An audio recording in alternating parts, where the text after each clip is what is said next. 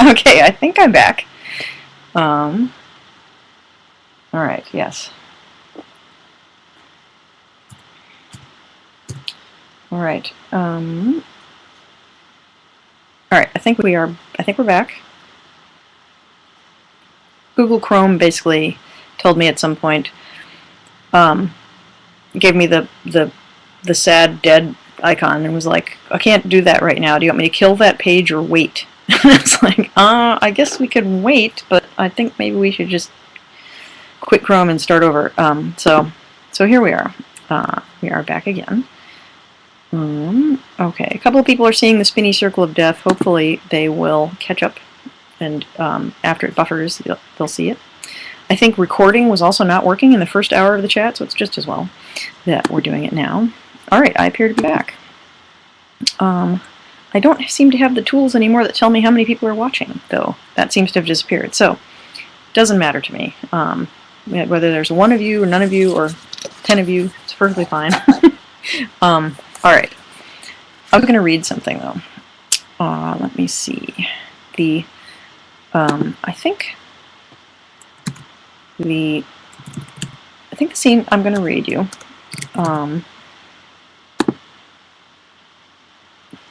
Hi, Bonnie. I'm going to read you. It's from Madison Square Garden. I'm louder now, apparently. Interesting. That's really interesting. I have not changed anything as far as I know. So, I don't know. Mysteries of technology. Clearly, I need to write a really best-selling book so that I can afford to buy a better computer, and whatnot. So, yeah. So anyway, hi Nona. I see a bunch of people to join us. So I'm gonna read Tower of Strength, which is a chapter that happens toward the end of the tour where they're at Madison Square Garden. You guys know what I don't know why I'm telling you the intro to this. I'm just gonna read it. So and it's the middle of the show, basically where we pick up. Or it's the end of the first set, the regular set, and the encore is still to come. And of course this is from Darren's point of view, but just in case that wasn't clear, since later I'm going to read from Colin's point of view. Now I got to remember Darren's accent. I don't know. Sometimes I can't remember it. It's been so long since I lived in New Jersey that I've forgotten it. I was the first one off the stage when we ended the regular set, and I stood at the bottom of the stairs waiting for the others. Ziggy came last and pretty much fell into my arms, limp and trembling with exhaustion.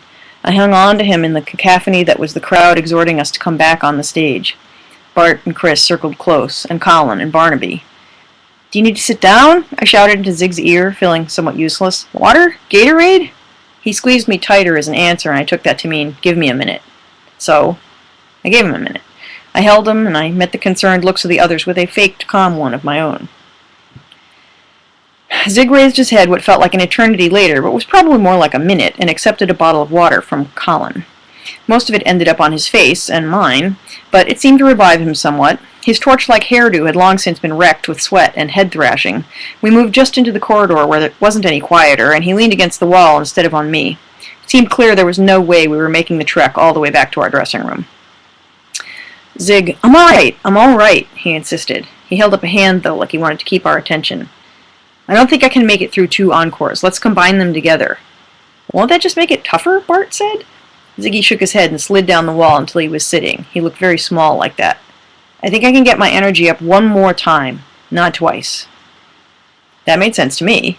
You let us know when you're ready. The crowd will scream all night. In fact, I sat down next to him and let out a breath. Barnaby looked at us for a minute and then walked away quickly, saying something to his radio, probably telling Lewis and the rest of the crew to hold tight. Or that we were insane, whatever. Ziggy waved his hands at Bart and Chris, and I realized he was trying to get them to sit down, too. Okay. They did. And then he made us all hold hands. Breathe with me, he said. Breathe? Bart asked, to make sure he'd heard it right. Ziggy nodded and took a long, deep breath. We all did. And then he let it out slowly, and we all exhaled. I had no idea how long Ziggy planned to have us do this, but if it helped, fine. It wasn't hurting. Is this what they actually mean when they say have a breather? I don't know how long it went on either, because at some point, after I lost count of the breaths, I zoned out. I don't know if I was meditating really or just zoned out. I don't know how you tell the difference. But at some point, Barnaby came back, and I looked up when his radio squawked, and Ziggy gave a nod, and we all stood up. Okay, one long encore, and that's it, I checked. Nods all around. Barn, you got that? Check, he said, and out went the word on the radio. We went back to the stairs and stood there in the dark. I pulled Ziggy to the front of the line, and he didn't protest. I felt somehow that he should go up first this time, like he needed us behind him, propelling him forward. When the lights came up, it was like someone hit an on switch in him, though, and he went into Energizer Bunny mode. He winded himself slightly. He was so energetic, actually. Not badly enough to miss a line or for us to change anything. He leaped. He pranced. He sang his heart out. He didn't miss a beat. The crowd loved it. The photographers in the pit loved it. I loved it. And then we were really done. Really, really done. And I handed the strat to Colin, and I took back my dog tags, and then I had my arms full of Ziggy again. This wasn't like last night where he was glued on. This was like he couldn't hold himself upright anymore. This time he was weeping. I couldn't hold his full weight for that long, so I sank down, bringing him down with me gently, and saying those things you always say when someone's crying their eyes out. It's okay, everything's okay, it's over now, and stuff like that. And someone smart pushed a tall road case, the kind the light truss goes in behind us, so that anyone in the seats who was still trying to get a glimpse of what was going on backstage couldn't see us. I was only vaguely aware of it. I was kind of busy. It's okay, I said, petting his hair and feeling him rub his wet eyes against my sweaty neck. That was going to sting if he opened them, I thought. I didn't think I was going to make it, he said, gulping air. God, I didn't think I was going to. Well, you did. You did. You were awesome. I realized then that this wasn't that Ziggy was sad, and it wasn't about us. It was more like when marathon runners crossed the finish line and burst into tears. A huge release. It's okay, I'm here. Let it out. I rubbed his back. Eventually, he was done. He sighed in relief and pulled back from me and put his hands over his eyes. Ugh, God. I was already exhausted, and crying is exhausting, but I guess I needed it. It was your turn, I guess, I said. He took his hands down, and his makeup was incredible. I snorted, unable to keep it in. You look like Jackson Pollock did your makeup. That started us both laughing for a few seconds, and then he tried wiping his face on the leg of my jeans, which didn't accomplish much other than to make me laugh harder. We made the long trip to the dressing room after that. Dirk had been hovering off to the side, I guess, and he went with us. Tony was still on door duty over there, and I went with Ziggy into the washroom to actually wash his face. He got as much off as he could, using Noxzema from a little blue jar and hot water, and then he touched up, redoing the line under his eyes and putting a little touch purple lipstick on. Shouldn't you go straight to bed? I asked. In case anyone sees me, he said with a shrug. Then he turned to me. Will you come with me somewhere? You mean like in Toronto? No, not like that. He waited a few beats before telling me what was on his mind. I want you to come meet my mother. Zig, of course I'll come meet your mother. Why didn't you ask me before? He took me by the hand. She's upstairs in a skybox. She said she'd wait. She has to wait till the crowd thins out anyway. Oh, you mean now? Okay, sure. I squeezed his hand. He'd mentioned earlier she had some kind of medical condition, but he didn't say what exactly. We better take someone from security with us, though. I think we should take Tony. I trust Tony. Okay, sure. I'll ask if he and Dirk can switch or something. I honestly wasn't clear on how they decided who did what on a given night, only that they did. We went back out, and I explained the situation in a low voice to Tony while Ziggy hung back. And Tony said no problem, and he got someone from venue security to watch the door, though by that point there wasn't that much left to watch. It took us a while to ascend to the skybox level. Everything was pretty quiet in most areas except for the sound of floor cleaners running. Is she alone up there? I asked him. I don't know, Ziggy said. I mean, she came in with an aide, if that's what you're asking. I didn't know what I was asking. I was thinking it might be kind of boring sitting in a room waiting for your rock star son to show up. Then again, I didn't want to guilt trip Ziggy for collapsing. Yeah, I said, thinking, I'll shut up now. Tony pushed open the door to the skybox, though, and I was surprised to see several people there. Bart's parents, Michelle, Digger, Jonathan, and in a wheelchair in the center of them, an enormous woman. She had an oxygen tank with a tube leading to her nose, but this did not seem to be stopping her from entertaining everyone around her. You would have thought that the wheelchair was a throne, the way she was holding court. We came out of the dim spot by the door, and her face lit up, and she held up her hands. Querido! She pulled Ziggy into a hug and then kissed him on both cheeks. You were wonderful! Magical! I wept! It was so beautiful! I'm glad you liked it, Mama, Ziggy said, sounding like he was trying to be humble. I see you've met everybody? Well, except Darren. He stepped aside and gestured to me. I came forward and took her hand and found myself pulled into a double cheek kiss. She might have been in a wheelchair and on oxygen, but she had arm strength. Pleased to meet you, Mrs. Farias. Please, call me Eugenie. She let go of my hand. Ziggy's told me a lot about you. Oh, why did my mind go blank at times like that? What could I say? Well, he hasn't told me anything about you. No. I hope he said something good then. She laughed like I'd said something that was actually funny. Very good. I have you to thank for making my boy's dreams come true. Oh, well, you're welcome, I said, hyper-aware that everyone there was focusing on this conversation. He's, a really big part of my dreams coming true, too. She kissed my hand then and patted it. Congratulations. Congratulations on a huge success. And then she let me go, and it was like a spell was broken. People started to chat with each other around us, and her health aide started to speak to her about leaving, and Ziggy told them the hallways were clear now, and he didn't know about the traffic outside, but the aide was an Asian-looking guy who laughed and told him ambulances don't worry too much about traffic. Technically, we can't run the lights unless it's an emergency, but, we've never been stopped. The aide wheeled her out then, while Tony held the door, and off they went to an elevator, Ziggy following. And they're all stopped there. There's some chatting with Michelle and whatnot in the rest of that chapter, but there you go. All right, a little section. Let's see. Oh, I said I was going to pick the raffle winner. Right. Okay, so this is my first time running a Rafflecopter raffle, and the kind of cool thing about it is that I was able to post the raffle many different places. It was on M. Lindley's site when I did a guest blog there. It was on the DGC posts. It was on my own blog. And anyone who sees it anywhere is able to enter by doing things like tweeting about the giveaway or following me on Facebook or, there are a bunch of stuff that you could do in order to enter. And so we got many entries, and Rafflecopter then has a pick winner button. In case I had internet problems, I picked the winner already, so I'm not going to try to show it to you on the screen of it actually happening. The winner is Marwa, who I think came through M. Lindley's blog, but left a comment on the DGC site also. Marwa, you are the winner. I will be emailing you your 5 ebooks package and whatnot, and actually I'll be emailing you to find out what format you want them in. Do you read by Kindle? Do you prefer a PDF, etc.? So, congratulations, and that was really fun. I think I'll do more Rafflecopters in the future because they're it seems like a really cool way to get people interested and to give stuff away. Like maybe for Christmas I'll give away some of these Moondog 3 tote bags that I still have some left over from the last Kickstarter. And whatnot. And the great thing about a tote bag is that it doesn't have to be a size like the way a t-shirt does. That one size fits all. Or one size fits one cat per bag. Actually, I think 2 of my cats could fit into this one if they really tried hard to get in there together.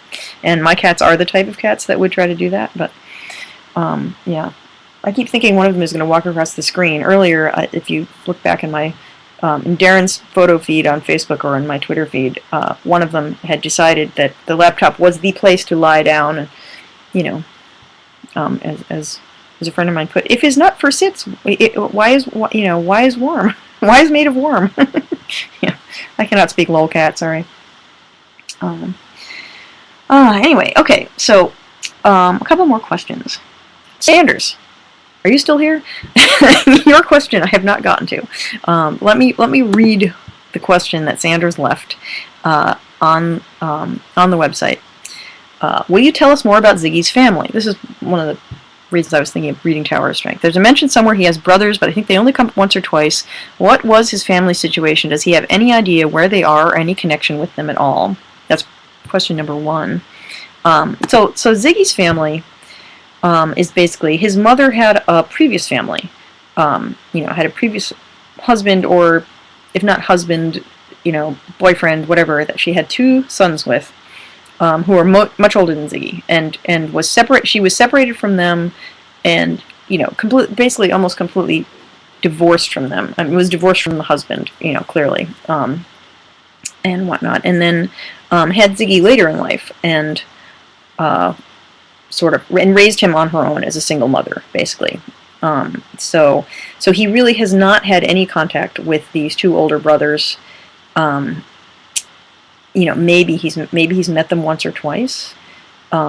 He's never met his father.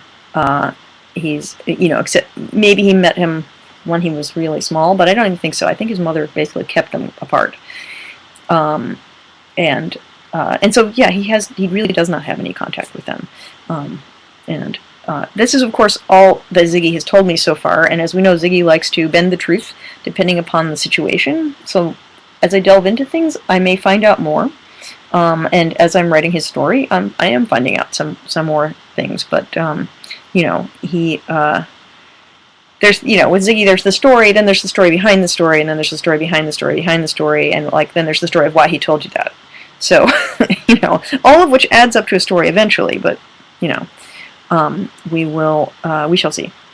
So so that's about as much as I can answer that question. Second question: when will Ziggy's movie come out? Will we get to see the hoopla around that? Timing means multiplex theaters are just starting to be a big thing in the middle of the US and replacing one-screen venues or smaller with 3 or 4-screen ones, but it also means movies are released at a slightly slower pace and seem to be a bigger deal. I'm curious how his movie will be received and how it plays against the situation with the band. I don't think I can answer most of those questions yet because without giving just basically spoilers for stuff that's going to happen later. The movie is going to happen. Regardless of whether Ziggy comes back from India or not. Trust me, Ziggy's coming back from India. I mean, I don't think it's a spoiler to tell you that. A major character left, but he will be back. The whole thing with the movie and how it interacts and and where Ziggy's career goes from here and whatnot is a major part of the next arc. In fact, and how major the movie is and how major it is just that Ziggy is moving on to sort of his next level of fame, as it were, is going to be a part of it. And it's sort of there's a difference in a way between a rock musician and a celebrity. And that I think there are plenty of people who manage to be whatever they are, an actor, a musician, or whatever, and many of them are very successful without becoming a celebrity. And the question is, for some reason, some people, like the tabloids, could care less about them. They don't care. They don't even bother with them. But then other people are like magnets for it. And Darren's fear, of course, is that Ziggy is going to be a complete magnet for this kind of thing. And it kind of already is, but, just hasn't sort of reached that level of visibility yet, in a way. Where it's mostly the teen magazines that are really onto him right now, but not so much the Star Inquirer, and whatever. So, but I can't say any more without giving it away. But that's one of the tensions that is going to continue to dog them as time goes on. Oh, and there's one other question on here that I meant to answer in the previous chat, but I didn't get to. HB asks, were there other songs that inspired you when you wrote Darren's Guitar Chronicles? It's interesting because I said in the chat earlier, all pop songs, in a way, are about Darren and Ziggy. And, maybe it's just my perspective, but it's like there are so many songs about miscommunications and misperceptions and the addiction of love and you're good for me, but you're bad for me, et cetera, et cetera. And it's like, of course there are so many songs written about it because people like this, when they go through it, the way they process it is by writing songs about it. So many of the songs that, that you've seen in Darren's Guitar Chronicles, the parts that I've bothered to post, and so forth, are about this kind of thing, and it's like Darren doesn't even realize, I think, that he repeats certain themes, and this whole idea of, is it medicinal or is it poisonous, kind of a thing, comes back in a couple different songs, and whatnot, and that's the question, is it the thing that the thing that you need, the thing that you want, are they the same, the thing that you can't live without, is it also the thing that's killing you, etc. So, yeah. And someone asked me if I would describe their relationship as a love-hate relationship. I don't think it's a love-hate relationship. I think at this point, anyway, I mean, it's an unrequited love relationship in which, in an odd way, they're both unrequited. So it's like, how'd you do that? I don't know. They're special. It's like they're both in love, and they're not there yet. Anyway, what does that say? Okay, that was my note I made another note saying, don't forget to ask about Ziggy's movie. So, yeah, so I think now I've answered all of the actual questions. Actually, I should now check and make sure that you guys didn't leave me additional ones in the chats. So feel free to poke me. Nona says, this is before India. Yes, it was before India. Isn't that interesting that Ziggy was already on some kind of sort of meditation thing? Or, I don't know. Anyway. Oh, and yes, notice how quickly and easily Darren agrees to meet Ziggy's mother versus the big deal about Donovans. Funny, that, isn't it? You know, yeah. Oh, look, here comes a cat. Hi. What are you doing? All right, this is Oolong, who is the one who was parked on the computer earlier. He's the one who's the most glued to me of the three. Hi, say everyone. Say hi to everyone. He's like, I don't understand why this bright light is on, Mom. Yeah, it's so I don't look purple from the screen, dear. Yes, I realize it's a little bit of a bright light, but otherwise I look blue because the screen is sort of blue. All right, you want to hear Colin's story, or should I do more questions? And remember, I still have an announcement to do too. What time? 8:23. I'll read Colin's story now. You guys are. All right, so this has not been posted yet, but I will be posting it soon. As soon as I figure out where it should fit. Let's see. Okay, so should I read this or should I give you sort of a little bit of an intro? So Colin, I decided, was going to give you a bit of a hi. Was going to. My cat is kissing me. Hi. Yeah. Oh, so I should give you a warning. First of all, Colin's story is not safe for work. So if any of you are, this is one of the good reasons to do this on a Saturday. If any of you are at work, or where there's someone who you might not want to hear about what the punk lifestyle in Boston in the 1980s was like, this is the time to have them leave the room. And this is the thing. I tried to write a totally, PG-13 story for Colin, and it did not work. Oh, weird. All of a sudden, so on my other computer here, all of a sudden Pandora is having some kind of flip out. I didn't realize that a Pandora tab was open. I'm going to close that now before... Oh, I see, because the cat walked across the keyboard. Okay, there you go. Hi, Oolong. Are you here to hear some fiction? Yes, you are. Okay, no, you cannot sleep in this laptop. No, you can't. I'm actually a little surprised that we haven't seen more of my cats in the chats that I've been doing. Anyway, so Colin decided to give a sort of flashback to something that happened in his youth. I mean, he had graduated from college and whatnot, but was trying to make it. I'm going to pause and eat some popcorn. Just going to distract the cat with it. This is Chipotle popcorn, by the way. Yeah, you can have some. I know, I have a cat that likes popcorn. It's crazy. I've got tea, too. Some of you know I'm a complete tea addict. Tea is very important. I'm going to put it in a little thermos so that it would stay hot, because if my voice starts to go, it's like this is the remedy. All right. So Colin's story. It's from Colin's point of view. He's telling it from now, but it's a reminiscence, sort of in the same style that Darren tells his reminiscences. But yeah, Colin is an old school punk, and this is about being an old school punk. No, I can't do Colin's accent. I cannot really do Colin's accent. He doesn't have the heavy Boston accent that Christian has. He has a little more of like a Western Mass, but whatever. I'm getting a text.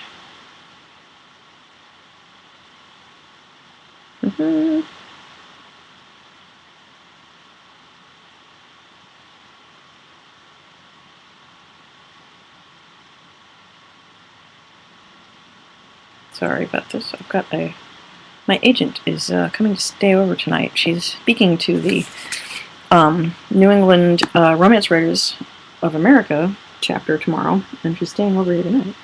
And I might have to throw him off. Okay, you can get in my actual lap.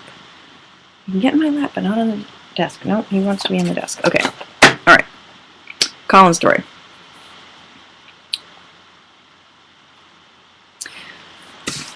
One of the things that makes me feel like Darren and I relate to each other is how much we both hated high school. When I was growing up, there was no internet. There were not a lot of punks or goths in American towns. You had one token death rocker in each high school in America. Or at least that's how it felt.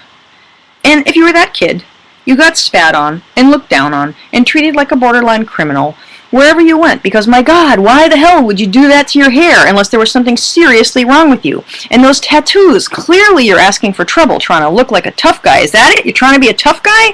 Fact is, it makes you a tough guy. And fact is, if you get jumped by some testosterone-laden football captain in the locker room and you fight back and beat the shit out of him and make him cry like a fucking baby, you're gonna get blamed for it because you like that violent music. You must be a violent person, right?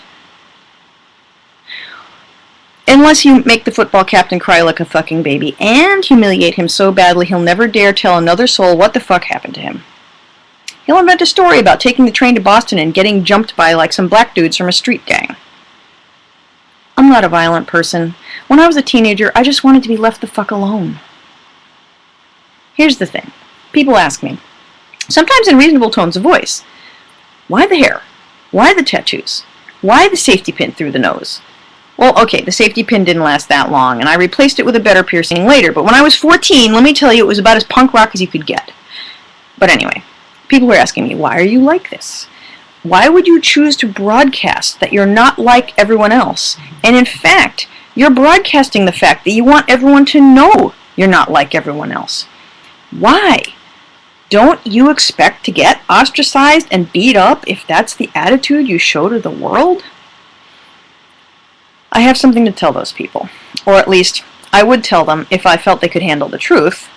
The truth is, my mom was homeless for a while, and I was about 12.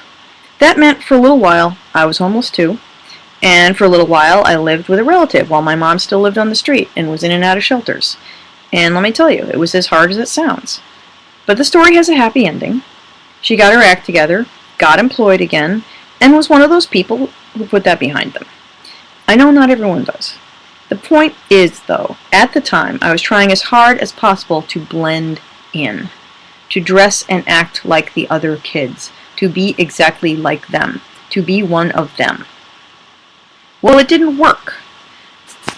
Junior high was full of packs of vicious wolves who could, smell that you didn't belong. They could tell I was different. It wasn't that they knew I was living in a car for a while or that my mother was briefly in jail. They didn't know any of that shit. But they somehow knew I didn't belong. And you know what? I didn't belong. Fuck their suburban conformity and class privilege and all that. When I started dressing and looking punk, it just meant I was finally starting to look on the outside like I felt on the inside. That's what goths and punks have in common, besides nihilism. And is why some people are pretty much both. The punks tend to be angrier, the goths tend to be sadder. There's no hard line between the two. I look like I feel. Industrial music sounds the way my worldview looks. Does that make sense? Anyway, I survived high school thanks to fucking excellent math grades and the fact that at the end of my freshman year I had a growth spurt that led to people finally leaving me the fuck alone. I know, I hinted about some football player in a locker room and, without that growth spurt, maybe he wins that fight. College was better. It wasn't a great college, but it was somewhere I finally met other people like me. Or, well, at least some other punks. And Marilyn. I'm sorry, hang on one second. That doorbell ringing means that someone's here. Sorry about this.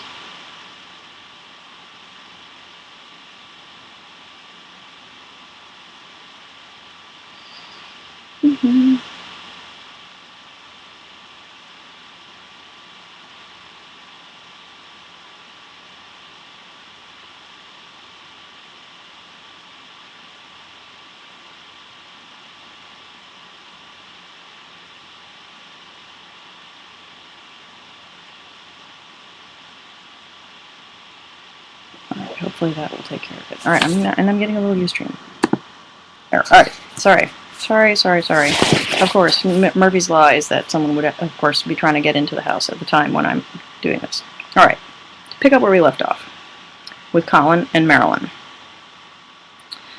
Marilyn was my first not girlfriend. The first woman who told me flat out she wanted me for a human dildo and to be a friend, and that was it. That was a hugely refreshing concept to me because before that, my experience of girls, whether goth or punk or not, was that they wanted me to be some kind of emotional punching bag or another. Like a soulmate who would make a suicide pact with you. Or, wrong guy. White knight who can rescue you from your fate. Not my style. But I could give really good head. The other funny thing about Marilyn, far as I knew at that time, was how much she liked anal sex. Somehow for me that made it easier to not see it as like a boyfriend-girlfriend thing. It was more like a hobby or an indoor sport. Some people have a buddy that they jog with or they play squash with, and we had sex instead. Marilyn, not surprisingly, was the first person I spanked also. She was the first person who also convinced me to become a CPA. Totally unrelated. Okay, where was I going with this? Right, Darren. I'll get there. Just hang on. I feel it's important to get my thoughts in order before I do that. Darren was not my first. But it's like I said to him, when it comes to bisexuality, I sort of hardly qualify. How much of that is that I got easily monopolized by the women around me, and how much of that was that only certain guys really turned me on? I don't know. But I'll tell you about this one friend. Okay. This was right after college, living in Boston. I was working at a tax prep place, which meant that a huge pile of work would come in leading up to April 15th. And then I could just fuck off all summer until money started to get tight. And then it was time to start worrying. So, this friend, his punk name was Rays. He was part of the pit crowd in Harvard Square, and we hit it off as friends, and we started going to a lot of shows together. By winter, my funds were getting pretty low, and so were his. And everyone had troubles. None of us were trust fund babies.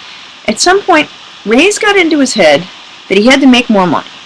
So he decided his best bet was to start hustling. He wasn't the first person I knew in the punk scene to do this either. So he tells me this after we'd seen Gangrene at the channel. It was like below zero outside and like a sauna inside. And I don't remember much about that show other than Chris Doherty screaming. But we got really sweaty and overheated. And then after the show we walked to Chinatown to get something to eat, which is like a half-hour walk. And if either of us had been a little more flush, we would have at least tried to flag down a cab. Not that cabs will always pick you up if you look like us. Most of the time they won't, but didn't matter. Anyway, we're too broke anyway, and in Chinatown you could get a really good meal for like $4. So we went to one of these places where the food was so cheap because you were pretty sure they were cutting corners on every health code violation, but eating greasy noodles with a plastic fork because he couldn't figure out chopsticks. Rays says to me, "Will you help me with something?" "What?" "Blue started hustling, right?" "Right." "You made $400 in one night last week." "Nice work if you can get it," I joked. "And Crash, he does it too." "Does he?" Crash really didn't talk about what he did for money. Crash had landed in Boston when his ship pulled in and he went AWOL and turned to a life of punkery, basically. Yeah, he does. He gave me some advice." I began to see where this conversation was going, or so I thought. "He learned to take it up the ass in the Navy," I joked. "Coast Guard, and quit it with the comments. I'm trying to be serious here." "Sorry." I decided to keep my mouth busy with food until he got to the point. Hot, greasy noodles are better than sex sometimes. I kept my eyes on him, though. His eyeliner had turned to gray smudges around his eyes, and his green mohawk was down and a little sweat-crusted, making him look like a fancy parrot that got caught in a hurricane. He cleared his throat. So Crash gave me a bunch of advice on doing it myself. That's where I figured this conversation was headed. All right. I was wondering, though, if Crash gave him advice, what was he asking me about? "So, I've done my homework, and the only thing that's reasonable is I gotta start making some money quickly. My landlord is beyond pissed right now, and winter, man, is not the time to be trying to live on the street or a shelter. The shelters are crammed, especially since the fucking Reagan cuts." He made a disgusted face. "Blue's roommate Josh has some fucking unbelievable horror stories to tell about that one downtown. Made it sound like jail would be better. Same amount of gang rape and sucking dick to get by, but at least jail's cleaner." I was about to point out that if he was trying to avoid sucking dick, being a street hustler was not the right profession to be getting into, but he said no more smart-ass comments, so I kept it to myself and made it a grunt of general agreement. So yeah, I want to start next weekend, he cleared his throat. I'm giving my last 100 in cash to my landlord to stave him off tomorrow. Okay, will that hold him for a week? Yeah, I'd start sooner, but... He had finished eating, and he let his eyes sidle off to a pair of girls a couple tables over. They looked like they'd been at the same show as us, though I hadn't noticed them at the time. But... I wiped my mouth and waited for him to get up the nerve to say whatever it was he was afraid to. He forced himself to look at his empty plate instead of the girls. I've never done it. Done what? Oh. The second I said, I knew what he meant. Crash said for sure, do not let the first guy to do me be a John. He was like, what if you freak out in the middle? What if you can't actually go through with it? Then what? And I'm like, hey, I give okay head, don't I? And he was like, don't, you're not so good that a guy who paid for your ass is going to let you get away with that. Wait, you sucked Crash? Hey, not so loud. He glanced at the girls, who were not glancing back. Some hustler you're going to be if you can't even talk about it, I thought. Okay, so what? Crash is offering to do you as a favor? No, he said he'd do it for $75, but I might have mentioned I'm giving my last 100 to my landlord? Yeah, so I want to know if you'll do it. Took me a second to realize he was propositioning me. You want me to be your first? Yeah. I saw him swallow hard, like he was afraid. I guess he was afraid I'd say no. Okay, sure, but why me? He drew a long breath. 'Cause you actually turned me on, he finally admitted. And you know, when we were crushed against the stage together tonight, his pale skin turned bright scarlet. I felt like... I guess you felt that raging boner I finished for him. Yeah. Talking to him about this was actually getting me kind of excited, actually. You think it's a good idea to start with somebody as big as me? Is it like freaky big? Just big, or so I hear, I said. Yeah, Crash says do it and then heal up for a few days before I try again, which is why I want to take a week at least. His blush went all the way down his neck. Sure, I'll do it. Tonight? He squeaked. That made me smile. Why? You hard now? Yeah? Good, let's hit the restroom and then head to my place. You go, I'm too hard to piss. I like it when you talk dirty like that, I said, as I got up and walked past him. We came back from the bathroom. He was talking to the two girls. He introduced me briefly, and then we went out into the cold again. At my place, I took him straight to the bedroom, which at the time was in a group house in Central Square. I had 3 roommates there, one MIT student, one recent grad, and an artist who built furniture from industrial scraps. Speaking of furniture, there's one advantage to your bed being a futon on the floor. It's that nothing creaks or squeaks when you fuck, unless there's something wrong with your floor. We got naked quickly. I stroked him a little, you know, just to enjoy how hard he was. Like iron. Ray's is like all muscle, too. Okay, let me stretch your ass now, I said. How are you going to do that? Have you never watched gay porno? I was getting more and more amazed at how he seemed to know less and less about man-on-man sex the more we talked about it. No. If his dick hadn't been so hard, I would have wondered why the fuck he was there. Get on your knees, I snapped. He knelt like a sub. I went into Dom mode without really thinking about it. No, I meant your hands and knees. Show me that ass. Okay, that was better. Good little doggy, wagging his tail. He used lots of lube. Lots and lots of lube. And my fingers. Lots and lots of fingers. At some point it went from me getting him ready to him begging me to do it already. So I did. I rolled on a condom, and I did it. He came a little while later in a huge puddle, and then right in the middle of my bed. I pushed him down into it then to finish off, and he said, are you going to come? Yeah, almost there. I said, it's okay, I'm wearing a condom. No, I mean, could you take it off for this? Raze, what the fuck? I mean, I'll always be safe with customers, you know, but this is special. My jizz is not that special. No, really, come on, Colin, it would mean a lot to me. You don't have syphilis or herpes or anything, do you? No. I got checked out. I'm clean. Do you? Sorry, do you? No, I got checked out. I'm clean. You promise me you'll always use a condom with your customers. I swear. You know they figured that virus out, right? This whole condom thing isn't a joke. I know. Come on, Colin, please. That'll be what's different about this. I promise. I still thought it was weird, but it was hardly the first time that night that I thought maybe Raze was from a different planet. You're sure? You want me to beg? Is that it? Yeah, actually, that's a great idea. Beg. I slapped him on the ass for good measure. Ow! Ow! Fuck, Colin! I really, really, really want your cum dripping out of my hole. Okay, the talking dirty thing, especially from a newbie like him, even though he was terrible at it, really worked for me. He got out maybe one more sentence, and I just started to come without warning. I pulled out, ripped the condom off, jammed myself back into him while I was still spasming. Good enough, I guess. He passed out after murmuring a few blissful thank yous. He was in the middle of the bed, with his legs half on the floor. I threw a blanket over him, and after wrapping myself in the comforter, jamming myself against the wall lined with pillows on the half of the futon where he didn't quite reach, and went to sleep. Yeah, so that was Ray's. I swear there was a point here I was going to make about Darren, damn it. Oh, but the funniest thing is, Ray's didn't start hustling after all. The next day, he got a call from one of those girls, who I guess he'd given his phone number to, and they went out, and the next thing you know, she asks him to move in with her. Her name was Juliet.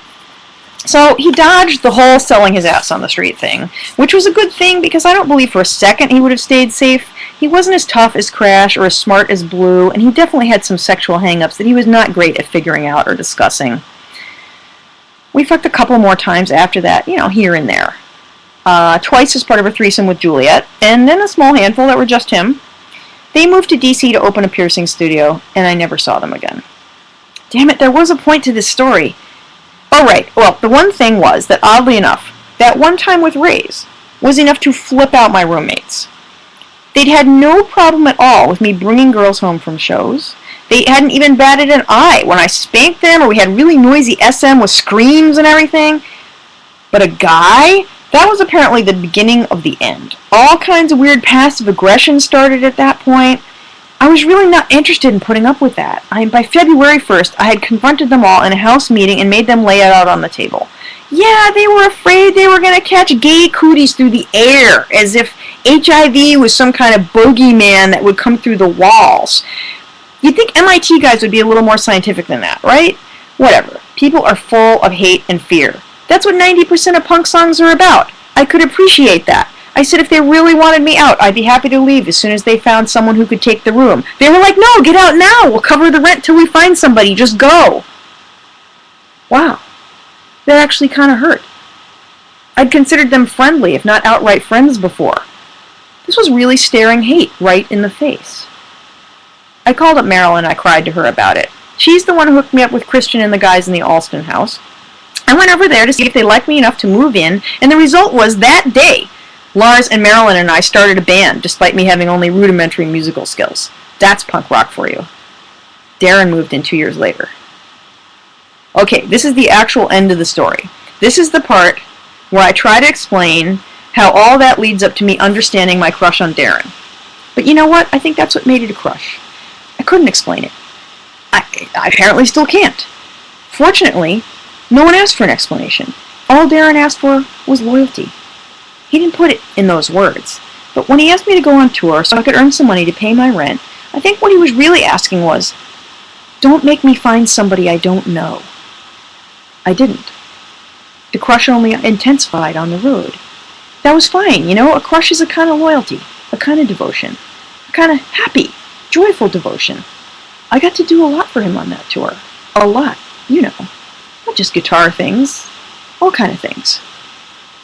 Okay, maybe I explained the crush after all. Alright, that's Colin's story. Did you like it? I hope so. I'll actually be posting it, but I think it's more fun in some ways done live than than just reading it off the screen. And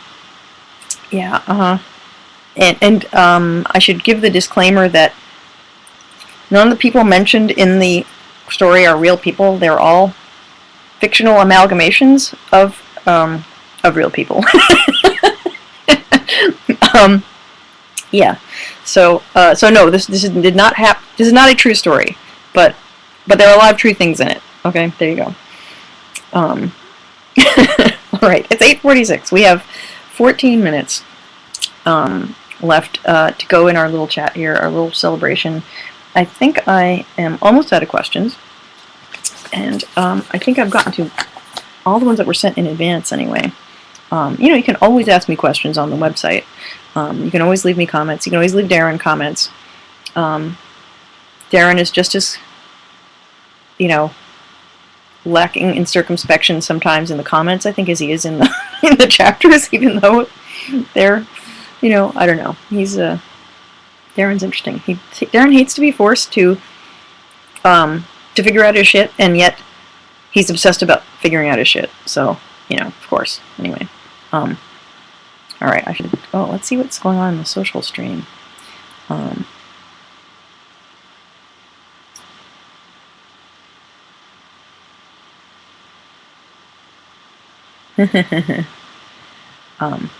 People are debating the Darren Ziggy relationship.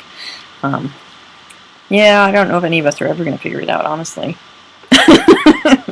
But we're going to try. We're really going to try. Darren and Ziggy are really going to try. I'm going to try. Whatnot. Okay, actually, so I've been teasing you with an announcement.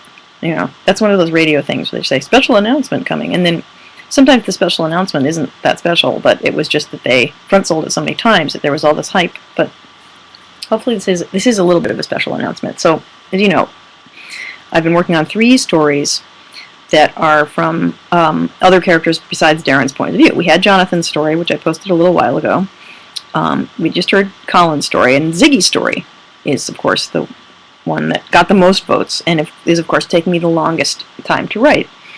Ziggy basically feels, of course, that he should be given essentially equal time, because in Ziggy's mind, of course, you know, Ziggy's the protagonist of his own grand epic story, I mean, every character is the is the protagonist of their own grand epic story, right? But Ziggy in particular is very you know, self-centered, and, you know, he's used to being the center of attention and so forth, and so, you know, this is the reason why I could not start writing Darren's Guitar Chronicles from the moment they met, because Ziggy would have dominated the story so much, Darren never would have told his story, you know, I mean, he just never would have, and there was a lot of groundwork to lay before his introduction, shall we say. But, you know, so I've been writing Ziggy's story. So the announcement is that Ziggy's story is actually going to be a bit of a story arc of its own. I'm not sure exactly how long it's going to be, but it's definitely turned out that it's not just going to be like 1 or 2 posts. It's just not going to work out that way. And that he has some interesting things to tell us. And, you know, he wanted to, of course, write an entire treatise on relationships and do a whole, you know, a song and dance with faux choreography and, you know, water ballet and, you know, so forth. And I said, no, actually, you just get to tell a story. That's it. But, you know, so, all right. So we're going to, I don't have it scheduled exactly yet, but there will be a time soon when we will have where Ziggy will essentially take over Darren's Guitar Chronicles for a short period of time, a very set period of time, and it will go along for a little while. And I don't have the exact numbers yet because I haven't finished writing it yet. I was going to try to read some of it today, and some of it is still. You think Darren is disorganized? Ziggy doesn't even think in linear time. So, you know, so if it skips around a lot, you know, and whatever, it's like, you think Darren skips around? Oh my God. So, but Ziggy is nothing else if not a showman and very entertaining. So, you know, letting him have his head and see what comes out. But so that's the announcement. Is that for those of you who are Ziggy lovers, you're going to get to see a little bit more about what the hell's going on with him, and a little bit more from his point of view. And then, of course, you know, it's not going to last that long because it's a reason it's called Darren's Guitar Chronicles. And Darren will get upset if I let Ziggy go on too long. This is why Ziggy doesn't answer that many comments. He only answers a few here and there. It seems if he answers too many, like, Darren will block him. Darren will ban him from commenting on the site. But yeah, so Ziggy will be at least giving us some more insight soon, and you'll be seeing that. Let's see. All right, 8 minutes left. Anyone have any last questions? I see. I still don't have the little thing that tells me how many people are watching, but if you have any last questions, put them into either the Darren's Guitar Chronicles chat room or into the social stream here, or, like I said, text me. Text phone. the and I will do my best to answer you.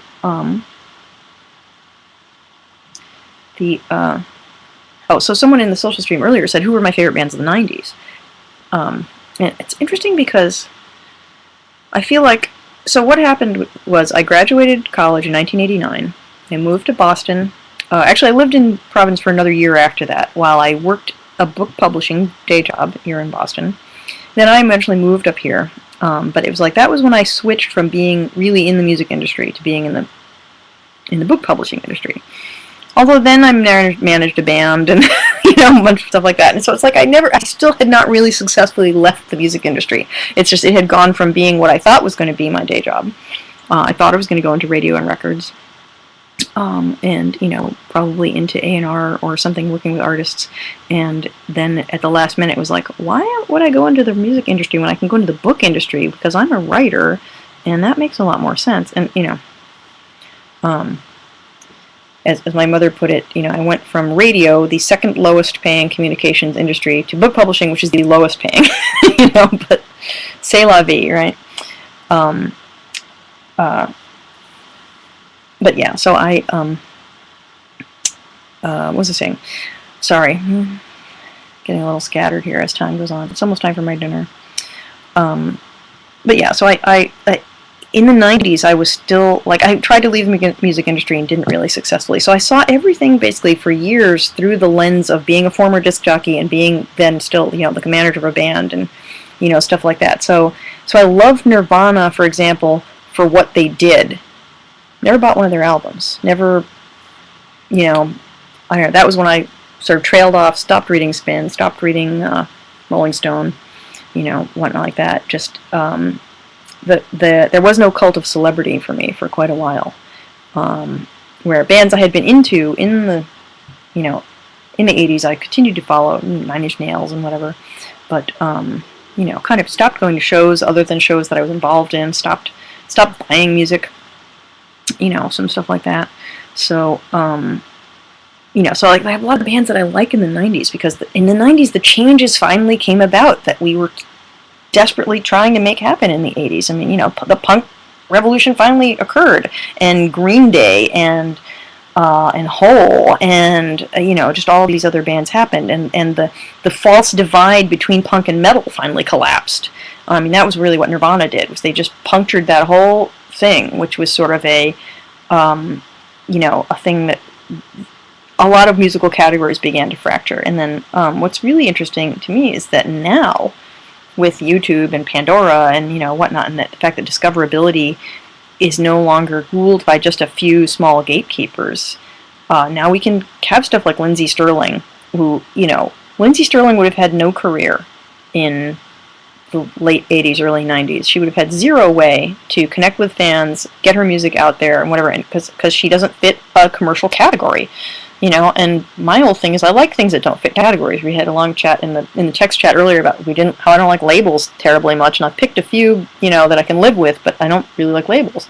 This is why. It's like, I want the music to be good music. I don't necessarily care whether you call it this, that, or the other. And the whole thing that's going on in the story right now, where Darren's record company is essentially like, your band is a failure and your record is a failure because it didn't sell. Because people, like chain stores didn't know what bin to put it in, and your fans weren't finding it in whatever bin they put it in, that kind of a thing. It's like, you remember, there wasn't a way for a band to make fans or to create fans very much easily. There was no World Wide Web. There was no way to broadcast other than through the existing media. And the way people found out what was new was by going to the record store and looking at what was there and then what they heard on the radio. So, getting good radio play and then people going to the store and not finding it, and Darren suspects that there's more to it than that, that they've been torpedoed for some other reason, and I think he's potentially right, but we shall see. Haha. There's always more going on than just, one thing. So, Andrew says, we can't even have just a few paragraphs.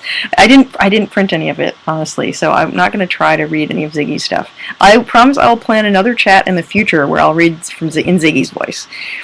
Yeah. Oh, and somebody's writing. Chris says, "Congrats on the RT nomination." So for those of you who don't follow me on Twitter and so didn't see my whole meltdown about this, I have been nominated for the Career Achievement Award in Erotica by RT Magazine, by Romantic Times Magazine. The Career Achievement Award is like, it's not for a specific book. I'm also Slow Surrender, my BDSM billionaire novel, has been nominated for Erotic Book of the Year, in a field of other books.